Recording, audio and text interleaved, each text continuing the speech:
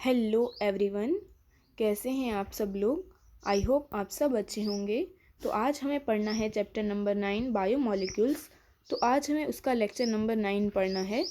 तो last lecture में हमने केमिकल रिएक्शन का थोड़ा पोर्शन पढ़ा था और थोड़ा अभी बाकी है, तो हम उसे कंप्लीट करेंगे। तो सबसे पहले केमिकल रिएक्शन का जो पार्ट हमने पढ़ा था उसे थोड़ा सा रिवाइज कर लेते हैं। जैसे सबसे पहले आप यहाँ देख सकते हैं कि केमिकल रिएक्शन में सबसे पहले हमने देखा था कि एंजाइम क्या है। वो समझने से पहले एनसीईआरटी ने कहा कि हमें ये समझना ज़रूरी है कि केमिकल रिएक्शन क्या है। तो जो केमिकल कंपाउंड्स होते हैं उसके अंदर दो तरह के चेंज आते हैं, physical change and chemical change. तो सबसे पहले हम फिजिकल चेंज देख लेते हैं। फिजिकल चेंज में क्या होता है, जो कंपाउंड होता है उसका शेप चेंज हो जाता है। बॉन्ड होते हैं ना, वो ब्रेक नहीं होते हैं, केमिकल बॉन्ड ब्रेक नहीं होते हैं, और उसकी स्टेट में भी चेंजेस आ सकते हैं। तो 3 हो गए फिजिकल चेंजेस। सबसे पहले जो कंपाउंड होता है उसका शेप चेंज हो जाता है पर उसके अंदर बॉन्ड ब्रेक नहीं होता है। और उसके बाद हमें देखा था कि स्टेट होता है मैटर का, वो भी चेंज हो सकता है। जैसे आइस वाटर में कन्वर्ट हो जाता है और वाटर वेपर में कन्वर्ट हो जाता है, तो उसे हम क्या कहते हैं, हम उसे कहेंगे फिजिकल चेंज। उसके बाद हमें देखना है केमिकल चेंज। केमिकल चेंज के अंदर क्या होता है, बॉन्ड ब्रेक होते हैं और नए बॉन्ड फॉर्म होते हैं। तो बॉन्ड ब्रेक भी होते हैं और नए बॉन्ड फॉर्म भी होते हैं, किसके अंदर, केमिकल रिएक्शन के अंदर। तो यहाँ पे हमने एग्जाम्पल के थ्रू बताया है, BaOH ट्वाइस प्लस H2SO4 जो रिएक्शन करते हैं तो BaSO4 plus 2 times of water molecule मिलता है। वो कौन सा रिएक्शन है, इनऑर्गेनिक रिएक्शन है। उसके बाद हमने दूसरा रिएक्शन देखा था, hydrolysis of starch into glucose. Starch का हाइड्रोलिसिस होकर ग्लूकोज बनता है, तो वो क्या रिएक्शन है, ऑर्गेनिक रिएक्शन है। उसके बाद हमें देखा था रेट वाला पोर्शन। आप देख सकते हैं रेट वाला पोर्शन हमने देखा था। तो amount of product form per unit time, जो फिजिकल प्रोसेस और केमिकल प्रोसेस होते हैं उसके अंदर जो अमाउंट फॉर्म, प्रोडक्ट का अमाउंट फॉर्म होता है पर यूनिट टाइम में, हम उसे क्या कहते हैं, हम उसे रेट कहते हैं। अगर रेट का डायरेक्शन स्पेसिफाइड हो तो हम उसे क्या कह सकते हैं, हम उसे वेलोसिटी भी कह सकते हैं। उसके बाद हमें देखा था जो फिजिकल एंड केमिकल प्रोसेस होते हैं वो टेम्परेचर के थ्रू इन्फ्लुएंस्ड होते हैं। और 10 डिग्री सेल्सियस टेम्परेचर हम किसी भी फिजिकल केमिकल प्रोसेस का बढ़ाते हैं तो जो उसका रेट होता है वो डबल हो जाता है। और 10 डिग्री सेल्सियस अगर हम टेम्परेचर कम करेंगे तो उसका रेट क्या हो जाएगा, हाफ हो जाएगा। इतना केमिकल रिएक्शन के अंदर हमने पढ़ा था। तो आई होप आपको अच्छे से रिवीजन समझ में आया होगा। तो केमिकल रिएक्शन का अब नेक्स्ट जो पार्ट बचा है हम उसे सीखते हैं। तो चलिए फिर देखते हैं पॉइंट बनाकर। जैसे यहाँ पे आप देख सकते हैं कोई एक कंपाउंड है ए, सपोज करना, और ए को हमने किस में कन्वर्ट किया है, बी। और यहाँ पे भी ए कंपाउंड है वो बी में कन्वर्ट हो रहा है। यहाँ एंजाइम एब्सेंस है और यहाँ एंजाइम प्रेजेंट है। जहाँ एंजाइम प्रेजेंट है वो रिएक्शन बहुत हाई रेट से होगा, हाई रेट से होगा। और जहाँ एंजाइम एब्सेंट है वहाँ जो रिएक्शन का रेट होगा वो क्या होगा, बहुत लो होगा, बहुत कम होगा। ए से जो ए कंपाउंड के जो मॉलिक्यूल हैं वो बी सबस्ट्रेट के मॉलिक्यूल कंपाउंड में बनेंगे, बहुत बहुत बहुत टाइम लगेगा। जबकि एंजाइम के थ्रू जो रिएक्शन होता है बहुत फास्ट हो जाता है। तो यही पॉइंट हमें लिखना है समझ के। तो चलिए हम लिखते हैं फिर। Catalysed reactions, catalyzed reactions, catalyzed reactions, catalyzed reactions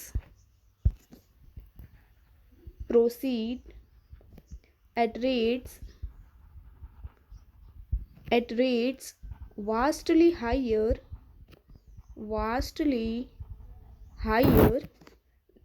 than that of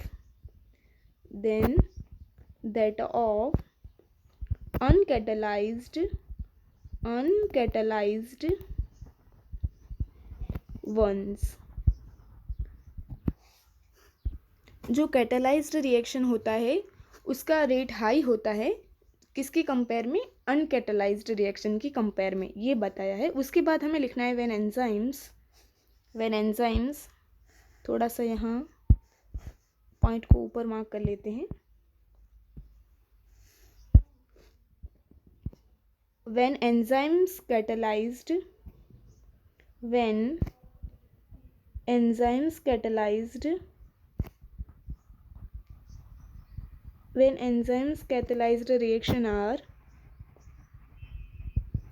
reaction are observed, the rate would be vastly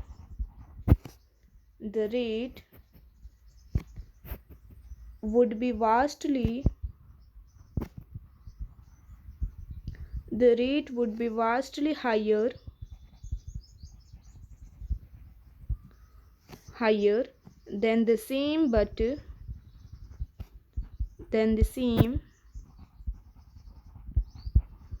but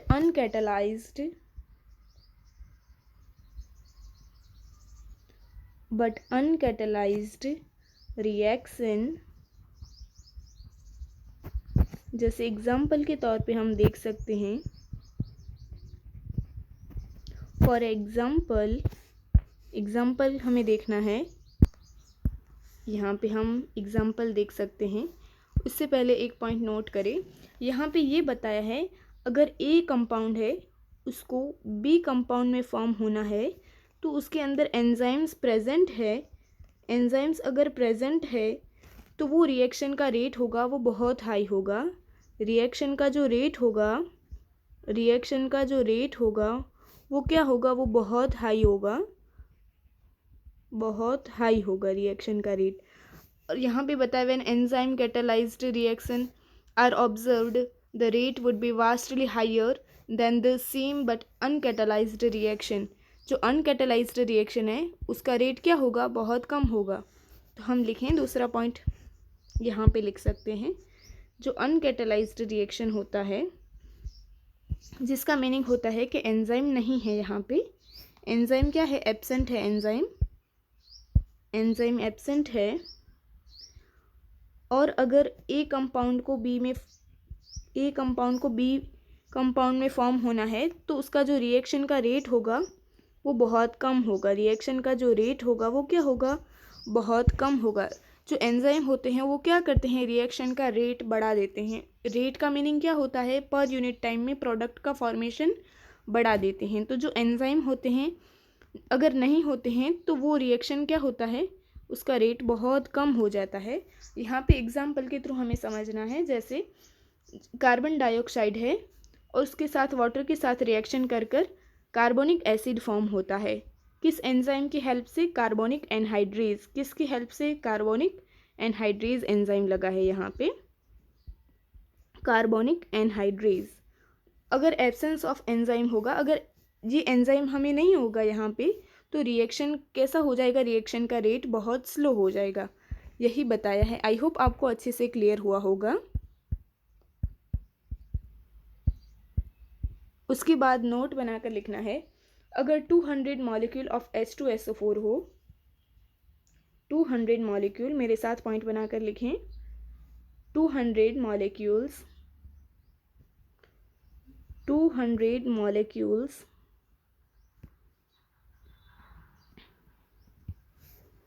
of H2SO4, 200 molecules of H2SO4 being formed in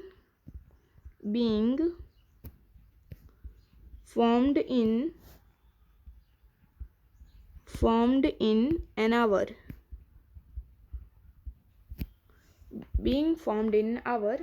using the enzyme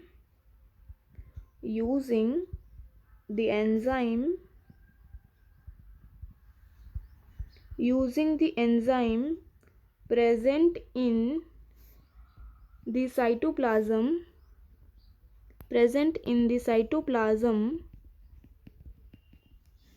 cytoplasm के अंदर enzyme present है जिसे हम क्या कहते हैं, carbonic anhydrase, called carbonic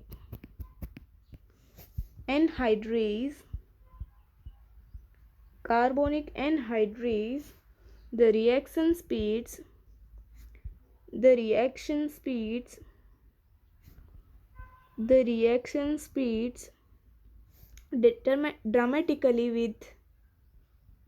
dramatically with about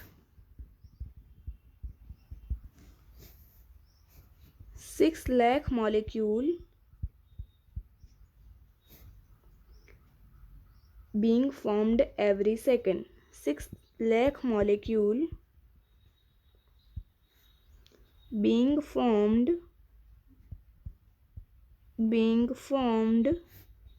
every second.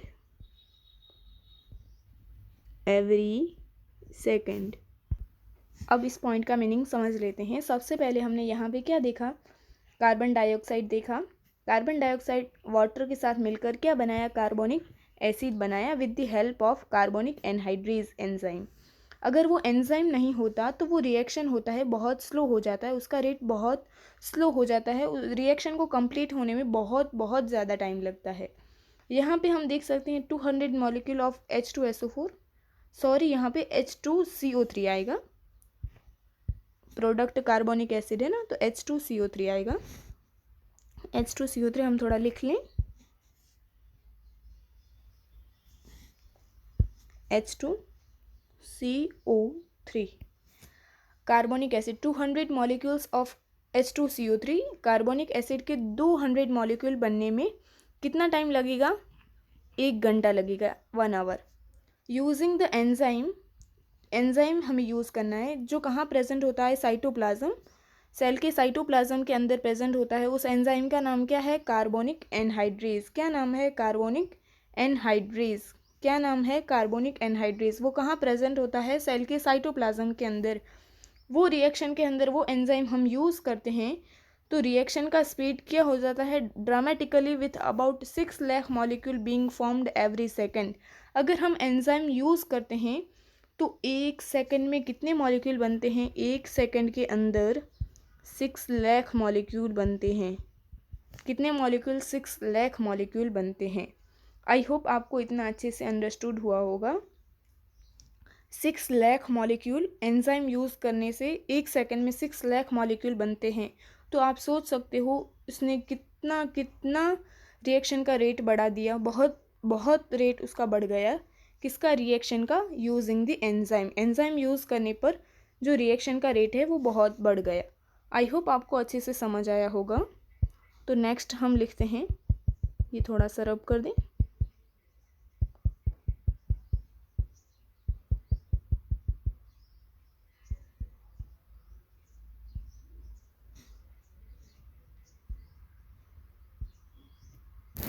यहाँ पे H2SO4 है, यहाँ पे H2CO3 लिख लेते हैं, H2CO3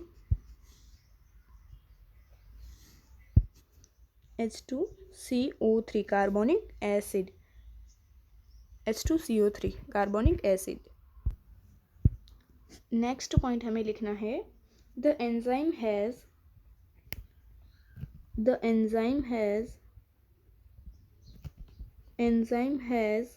accelerated the reaction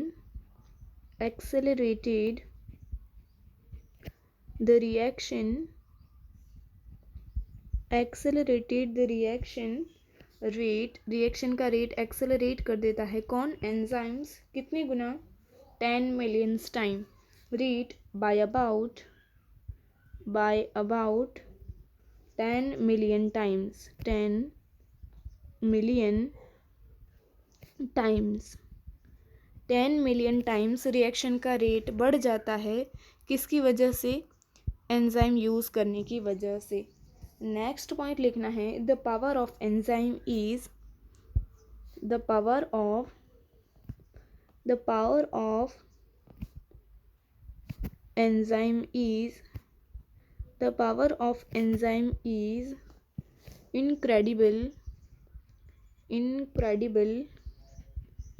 incredible indeed।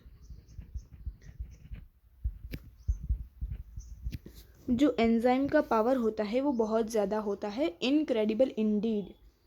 उसके बाद लिखना है, these are thousands of types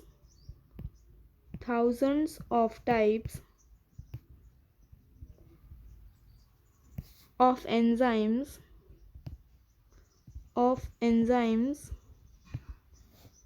each catalyzing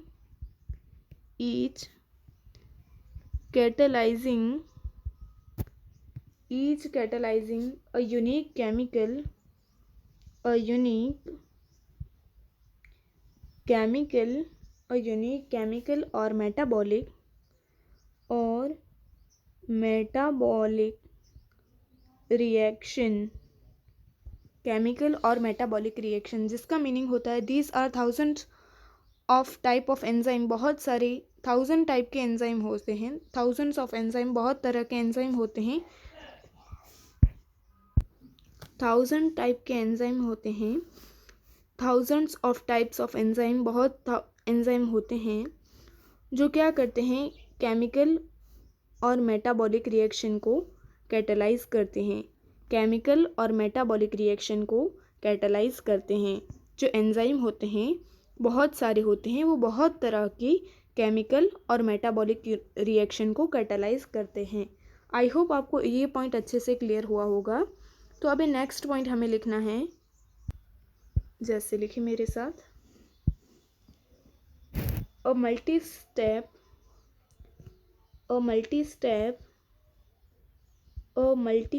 chemical reaction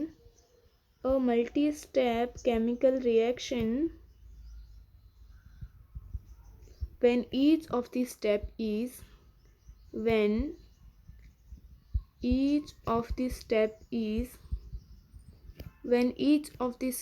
is catalyzed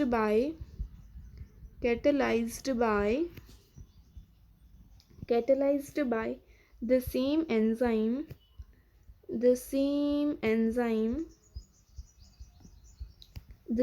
enzyme complex or different enzymes is called a metabolic pathway,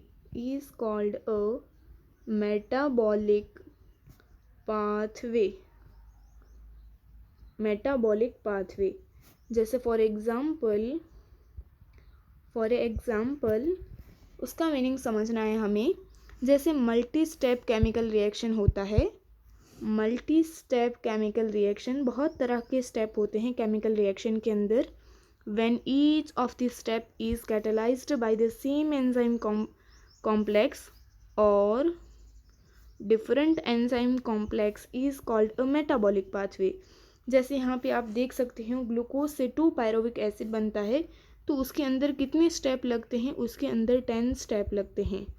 glucose से अगर हमें पायरोविक एसिड बनाना हो तो उसके अंदर 10 स्टेप लगते हैं। तो आप समझ सकते हैं मल्टी स्टेप केमिकल रिएक्शन हो गया, और उसके अंदर बहुत तरह के एंजाइम्स यूज़ होते हैं। तो यहाँ पे लिखा है सेम एंजाइम कॉम्प्लेक्स और डिफरेंट एंजाइम कॉम्प्लेक्स, बहुत तरह के एंजाइम डिफरेंट और सेम हो सकते हैं यूज़। हम नेक्स्ट रेस्पिरेशन इन प्लांट्स जो चैप्टर है उसके अंदर हम इन डिटेल पढ़ेंगे।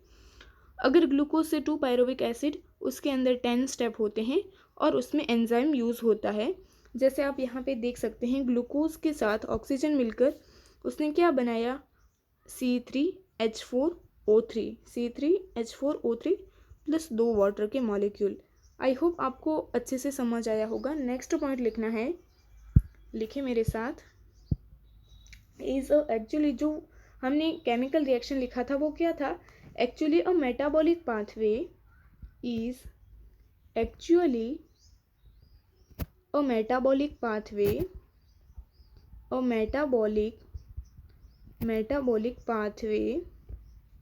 मेटाबॉलिक पाथवे था इन विच, जिसके अंदर क्या हुआ, glucose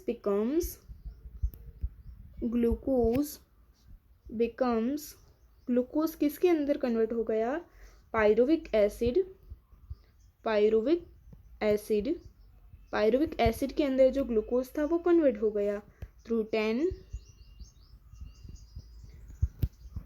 10 different enzyme, through 10 different enzyme catalyzed metabolic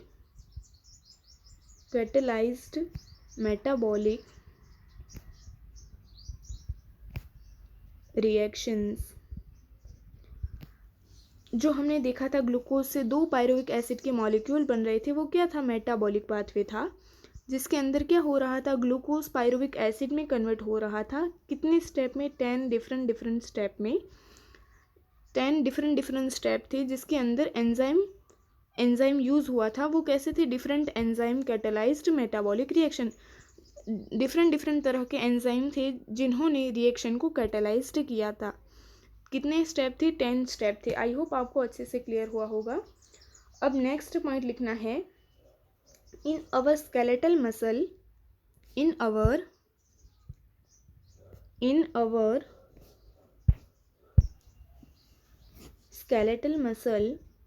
skeletal muscle, in our skeletal muscle, under anaerobic condition,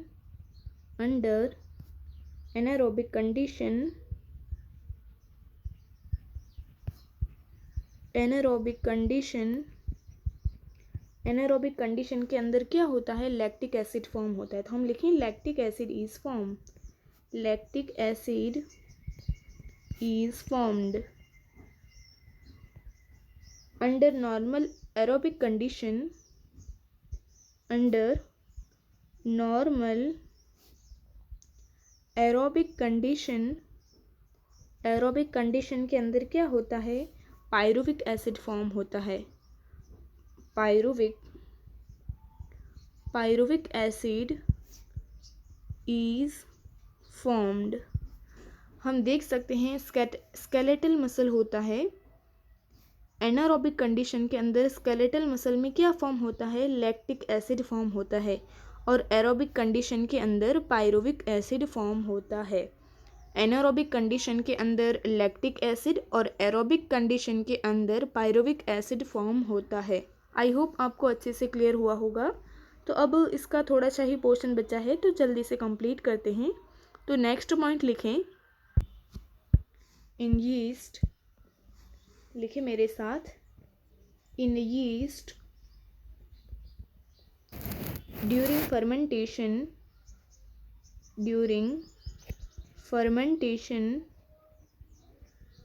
fermentation the same pathway leads to the same pathway leads to the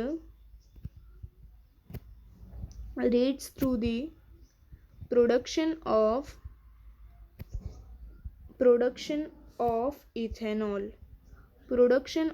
ethanol, जिसे हम क्या कह सकते हैं? अल्कोहल भी कहते हैं, alcohol. hence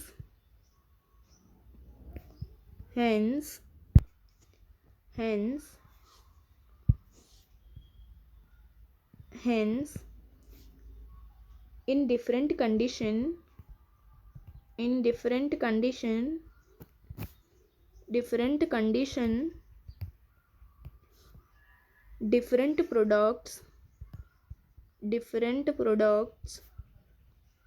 different products are possible। Different condition के अंदर डिफरेंट प्रोडक्ट फॉर्म होते हैं। डिफरेंट कंडीशन के अंदर डिफरेंट प्रोडक्ट पॉसिबल हैं। यीस्ट के अंदर क्या होता है? ड्यूरिंग फर्मेंटेशन जो सेम पाथवे था वही होता है प्रोडक्शन ऑफ इथेनॉल के लिए। यीस्ट के अंदर क्या होता है? सेम पाथवे यूज़ होता है, बट उससे क्या बनता है? इथेनॉल बनता है। क्या बनता है? प्रोडक्शन ऑफ इथेनॉल, जिसे अल्कोहल भी कहते हैं। आई होप आपको ये पोर्शन अच्छे से समझ आया होगा, केमिकल रिएक्शन वाला। तो फिर नेक्स्ट लेक्चर में नए टॉपिक के साथ जल्द ही मिलेंगे। तो फिर आपको इस लेक्चर के अकॉर्डिंग कोई भी डाउट हो, कोई भी क्वेरी हो तो आप मुझे कमेंट में बता सकते हैं, तो मैं उसका आंसर्स देने की पूरी कोशिश करूँगी। तो फिर नेक्स्ट लेक्चर में मिलते हैं। तो फिर थैंक यू।